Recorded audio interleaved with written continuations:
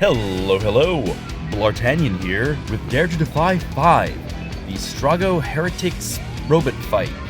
That's like a programming name, something.exe something, but I don't know. I'm not a computer nerd. I don't know what it said. We're bringing a team here of DFFOO and Edge. Before we get into it, be sure to hit the like button on that video, hit the subscribe button if you haven't already, leave a comment down below. Just finished recording the live stream for this week, and my voice is actually kind of shot, so sorry about that. So this is a team building. Some of the best team building you're going to see this side of the Mason-Dixon line. We got X-Dev, we got that off-turn damage, we got Edge stacking that off-turn damage, the dodge, the evasion, the debuffs, the Fusoya with the buffs and the auras and the paralyze and the paralyze? Hold on, Anyway, that doesn't matter though. We got an all-magic team because these robot guys, they resist physical attacks because they gotta sell Strago. Sell Strago good. They make you want to pull that Strago character who is not very good. Like, it just doesn't really offer anything that you really need or want. Unlike this guy, X-Dev, who offers massive damage, massive gravities, massive debuffs, and massive there we go. Pretty helpful actually, because these guys have the one thing that these guys do that Strago does kind of help deal with is they require gravity or instant break, because they make you deal ones periodically throughout the fight. I haven't seen that in a while. You remember when the Kieran Bears did that and everyone lost their minds over how like obnoxious it was? Now these guys do it and we barely break a sweat because we have so many ways to deal with needing to break enemies. Instant break, gravity, heck, like evading them and then making HP attack and then like breaking them on the counter. I don't know if you can do that in this fight because they C buffs them, which is kind of annoying. The buffs include like defensive buffs. You'll see I started the fight with Aerith LDCA in order to get to turn off their ability to put buffs on, because I wanted to make sure A, that I had enough debuff slots to put all my debuffs on, and B, that they didn't put those annoying defensive buffs on before my force time. Probably not super necessary, but live a little, you know? But anyway, the general idea I had here was we have Fusoya, who's just a good kind of generalist FR, and Edge, who is a great, off-turn damage dealer. The two of them are going to be a great combo because, Fusoya is going to give that sweet refund in between Edge's brave hits, so that even when they're like in you deal one mode, Edge will still refund and deal more damage. So that'll be great. And X-Dev will help you deal with the braking, the gravity and all that. And I had this great plan, kind of organized in my head. They'd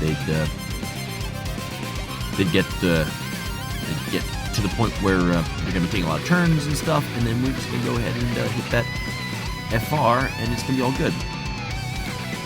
Edge is keeping us safe, of course. I actually don't know what the triggers are, because just then I used an AA, and they did a threshold attack. I don't know what's up with that. By the way, shoutouts to Johnny Atma, God Metal, source of all my music, for the sweet remastered Final Fantasy IV boss theme, which I decided is appropriate to use here, given that we're using two FF4 characters and fighting an FF4 boss. I mean, this is the place to do it, right?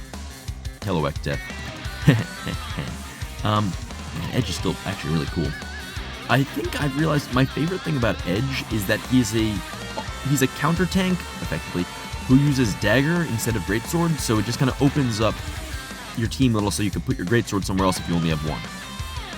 Which I currently do, because I connect the dagger. One day. But anyway, here's the thing that I did not fully realize, and will continue to not fully realize until it is far too late.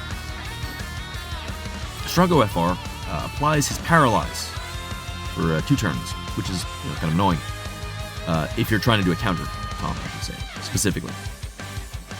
Luckily, as you can see, they do threshold attacks periodically. But what I didn't realize is that Strago's LD, which I pressed because I figured it's a nice big button, extends his debuffs by 2 turns. So now we have 3 turns of paralyze on there and a very sad ninja. So that's just something we're going to have to deal with. Such is life. Thanks, X-Dev, making things a little easier for us, gravitying them so that we can not have to deal with that. But anyway, go ahead, Edge. Just blitz these doofuses. Well, blitz one of them anyway. Nice. It's okay, though. We're just going to keep on keeping on. Luckily, these random threshold attacks that just kind of happen at weird intervals are still proccing Edge's counter, so we're still getting off-turn damage, but not by design. This was a very stupid team, and it shouldn't have worked, but this fight's incredibly easy.